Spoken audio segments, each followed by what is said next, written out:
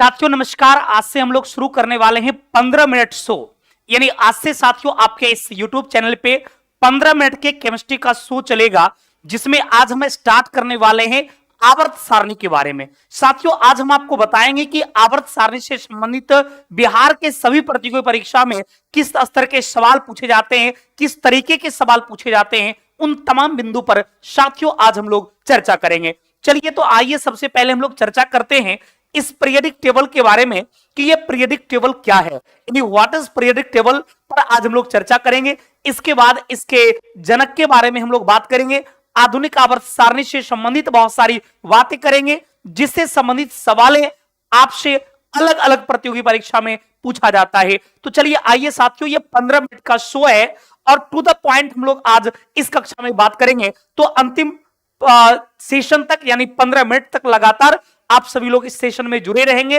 और ये वीडियो कैसा आपको लगा आप सभी प्यारे साथियों कमेंट करके जरूर बताएंगे, ताकि हर दिन ये 15 मिनट का शो अलग अलग टॉपिक का, विशेष टॉपिक का आपके बीच आता रहे। साथियों मैं बात करूं आपसे आवर्त सारणी के संदर्भ में, तो आप इस पिक्चर को देख रहे होंगे, आपके सामने है ये आधुनिक आवर्त सारणी यानी मॉडर्न पीरियडिक टेबल की साथियों बात करते हैं तो आपके सामने है ये आधुनिक आवर्त सारणी।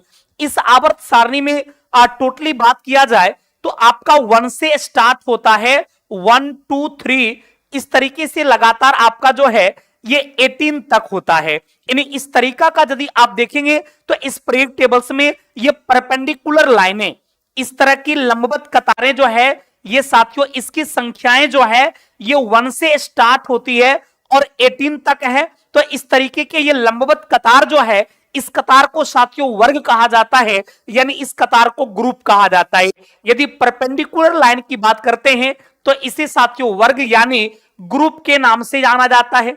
फिर यदि आप बात करते हैं तो ये आपका 1 2 3 4 5 6 और 7 इस तरीके की कुछ हॉरिजेंटल लाइनें हैं।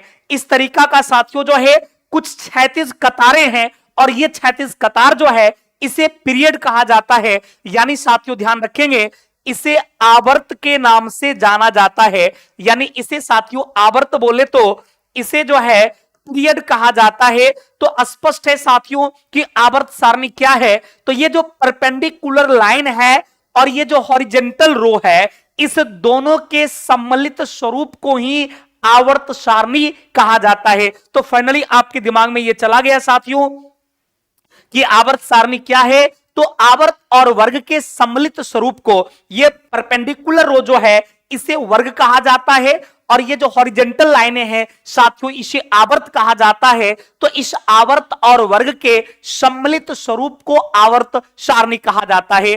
तो क्लियरली आपका स्पष्ट हो गया कि आवर्त सारणी क्या है।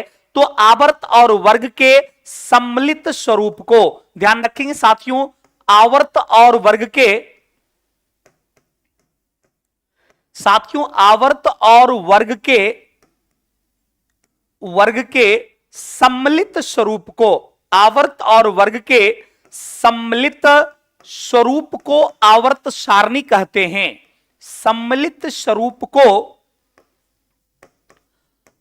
आवर्त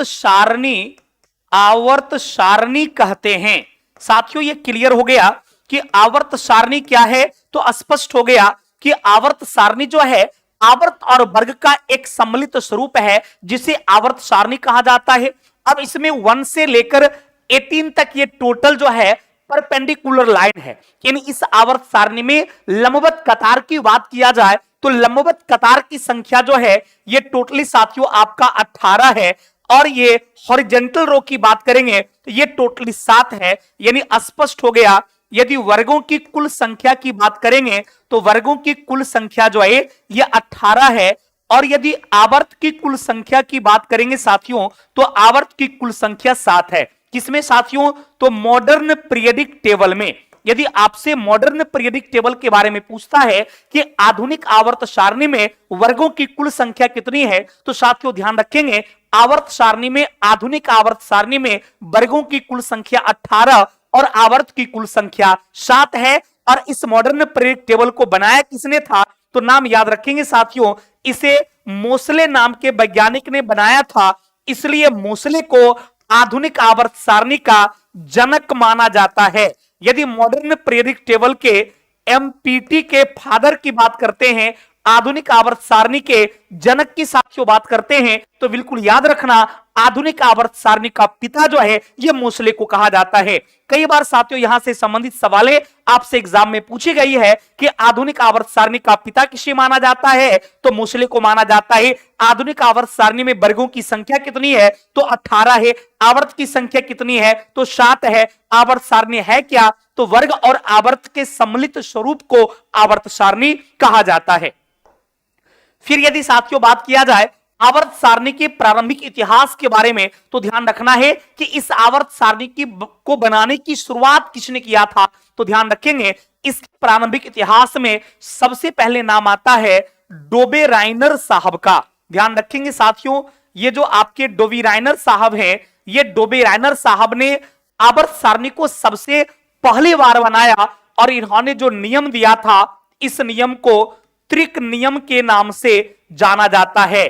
प्रश्न साथियों पूछा जाता है कि आवर्त सारणी के वर्गीकरण के प्रारंभिक इतिहास में त्रिक नियम किसने दिया था, तो आपका जवाब साथियों क्या मिलेगा, यह त्रिक नियम जो है यह आपको डोबेराइनर साहब के द्वारा दिया गया। फिर यदि सवाल पूछता है यह त्रिक नियम में क्या कहा गया, तो ध्यान रखेंगे इसमें कहा गया कि यदि तत्वों को लगातार क्रम में सजाया जाए परमाणु द्रव्यमान के आधार पे, तो बगल वाले दो तत्वों के द्रव्यमान का औसत साथियों जो है यह बीच वाले तत्वों के द्रव्यमान के बराबर होता है। यानी बगल वाले दो तत्वों के द्रव्यमान का औसत जो होगा साथियों, वो बीच वाले तत्वों के द्रव्यमान के बराबर होगा। जैसे इसका द्रव्यमान साथियों 1 है और इसका द्रव्यमान क्या है, 7 है। इसका द्रव्यमान 1 और इसका द्रव्यमान 7। जब इसका आप एवरेज निकालेंगे, यहां पे साथियों यह द्रव्यमान लिखा हुआ है, इसका 1 और इसका 7, जब इसका औसत निकालेंगे तो 1 + 7/2 कितना हो जाएगा, 4 हो जाएगा। और आपको पता है साथियों हीलियम जो है इसका द्रव्यमान भी 4 होता है। स्पष्ट है कि बगल वाले दो तत्वों के द्रव्यमान का औसत बीच वाले तत्वों के द्रव्यमान के बराबर होता है। इसलिए साथियों इस नियम को जो है डोबेराइनर के त्रिक नियम के नाम से जाना जाता है। तो अब एग्जाम में सवाल पूछी जाती है कि डोबेराइनर साहब ने तत्वों के वर्गीकरण के लिए कौन सा नियम दिए थे, तो आपका सही जवाब क्या मिलेगा, आपका जवाब मिलेगा डोबेराइनर साहब ने त्रिक नियम दिया था। कोई कंफ्यूजन साथियों? फिर इसके बाद हम बात करते हैं आपसे, यह नियम बिल्कुल स्पष्ट हो गया कि डोबेराइनर ने तत्वों के वर्गीकरण के लिए कौन सा नियम दिए साथियों, तो त्रिक नियम दिए। फिर यदि बात करते हैं इसके बाद, तो न्यूलैंड के द्वारा, ध्यान रखेंगे साथियों, इसके बाद न्यूलैंड के द्वारा नियम दिया गया। और न्यूलैंड ने कौन सा नियम दिया था साथियों, इन्होंने अष्टक नियम दिया।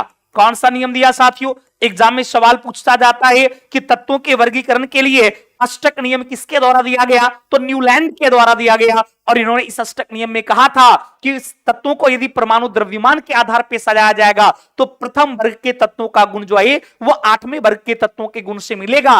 और इस प्रकार इन्होंने ये स्पष्ट कर दिया था कि प्रथम वर्ग का गुण जो है वो 8वें वर्ग से मिलता है। इसलिए इस नियम का नाम जो है अष्टक नियम रखा गया, क्योंकि अष्टक का मतलब ही साथियों 8 होता है। और इन्होंने इसकी सोच कहां से लाई थी, तो संगीत के शाम वेद के संगीत की धुन है सारे गामा पादा निशा सानी धापा मागा रेसा। तो सारे गामा पादा निशा सानी धापा मागा रेसा, देखिए सा से शुरू होता है और सा पर लास्ट होता है। वहीं से साथियों जो है ये न्यूलैंड ने अष्टक नियम का परिकल्पना किया था।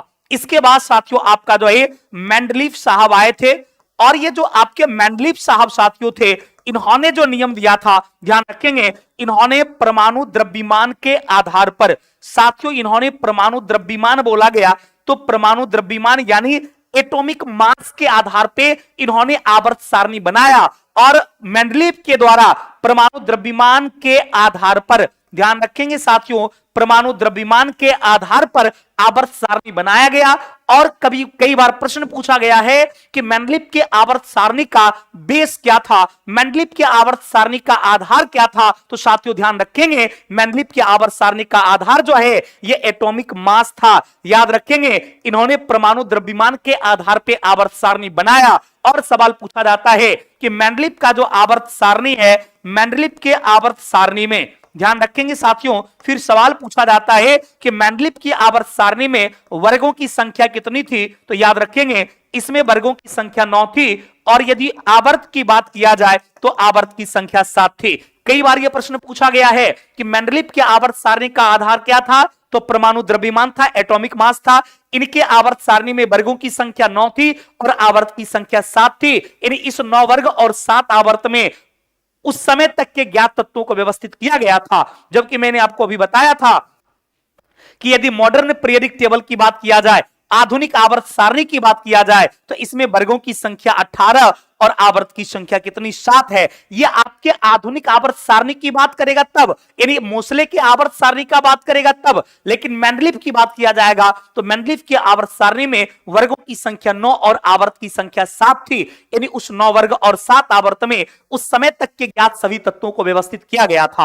अब हम बात करते हैं आपसे मॉडर्न पीरियडिक टेबल की, यानी साथियों आधुनिक आवर्त सारणी की। तो ध्यान रखेंगे ये आपको मोसले साहब हैं जिन्हें आधुनिक आवर्त सारणी का पिता माना जाता है। यह बहुत ही ज्यादा महत्वपूर्ण सवाल है साथियों, याद रखेंगे। सवाल पूछा जाएगा कि आधुनिक आवर्त सारणी जो है इसका जनक किसे माना जाता है, तो बिल्कुल ध्यान रखेंगे साथियों कि आधुनिक आवर्त सारणी का पिता, साथियों ध्यान रखेंगे आधुनिक आवर्त सारणी का पिता की बात किया जाएगा तो आधुनिक आवर्त सारणी का पिता जो है मोसले साहब को माना जाता है। यानी ये मोसले साहब जो हैं ये आधुनिक आवर्त सारणी के पिता हैं। यानी ये नाम आप दिख रहा होगा, ये जो है ये आपको मोसले साहब हैं, ये आधुनिक आवर्त सारणी के पिता कहलाते हैं।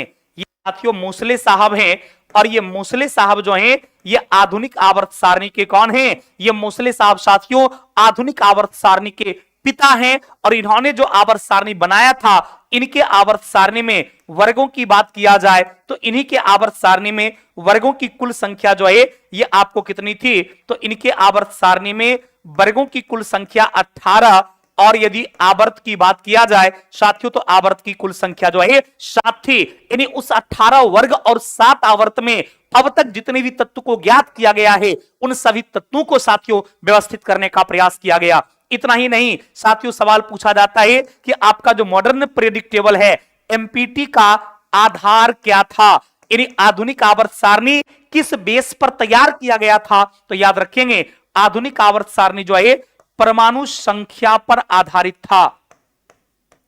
यानी इसमें साथियों जो है एटॉमिक नंबर जो है, परमाणु संख्या जो है इसको बेस बनाया गया था। जैसा कि मैंने आपको बताया था कि मेंडलीव का जो आवर्त सारणी है इसमें परमाणु द्रव्यमान को बेस बनाया गया था। लेकिन याद रखेंगे जब मोसले की बारी आती है, मॉडर्न पीरियडिक टेबल की बात आती है, तो आधुनिक आवर्त सारणी का पिता मोसले हैं और इन्होंने जो बेस बनाया था एटम को एडजस्ट करने का, व्यवस्थित करने का, उसका बेस एटॉमिक नंबर था। यानी साथियों परमाणु संख्या के आधार पे अब तक के ज्ञात तत्वों को इन्होंने एडजस्ट करने का प्रयास किया था। जिनके आवर्त सारणी में जितने भी अक्रिय गैस हैं उनको भी व्यवस्थित किया गया था। इन्हें आधुनिक तरीके से वर्तमान समय में हम जिस आवर्त सारणी को पढ़ते हैं, आप पढ़ते हैं, वही आवर्त सारणी आपका जो है आधुनिक आवर्त सारणी है। यही साथियों आपका मॉडर्न पीरियडिक टेबल है। अब यदि ब्लॉक वाइज सवाल पूछती है कि आधुनिक आवर्त सारणी को कितने भागों में बांटा गया, यदि कितने भाग की बात करते हैं तो ध्यान रखना है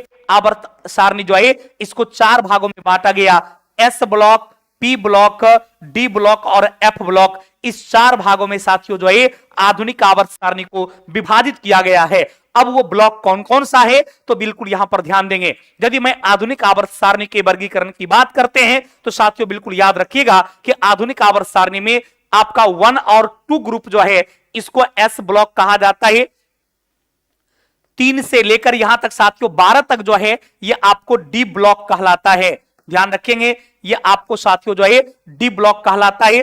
13 से लेकर 18 तक जो है ये आपको पी ब्लॉक कहलाता है। और नीचे जो लेंथेनम और एक्टेनम ग्रुप है साथियों ध्यान रखेंगे ये आपका जो है एफ ब्लॉक कहलाता है। तो स्पष्ट हो गया। यदि आधुनिक आवर्त सारणी के विभाजन की बात करते हैं, वर्गीकरण की साथियों बात करते हैं, तो आधुनिक आवर्त सारणी को टोटली जो है 4 भागों में बांटा गया है। वर्ग 1 और 2 को एस ब्लॉक में रखा गया, वर्ग 3 से 12 को डी ब्लॉक में रखा गया, वर्ग 13 से 18 को पी ब्लॉक में रखा गया, और आवर्त 6 और 7 के कुछ तत्वों को बाहर रखा गया जिसे आप लेंथेनाइड और एक्टेनाइड ग्रुप कहते हैं। तो एफ ब्लॉक के अंतर्गत साथियों ये आवर्त सारणी के नीचे जो है लेंथेनाइड और एक्टेनाइड ग्रुप जो है इसे एफ ब्लॉक के अंतर्गत रखा गया है। तो इस तरीके से आधुनिक आवर्त सारणी को वर्गीकृत किया गया। इतना ही नहीं साथियों, अलग अलग रंगों में साथियों जो है अलग अलग गुण वाले तत्व को व्यवस्थित किया गया है। जैसा आप यहां पर देख रहे होंगे इस तरीके कलर वाला,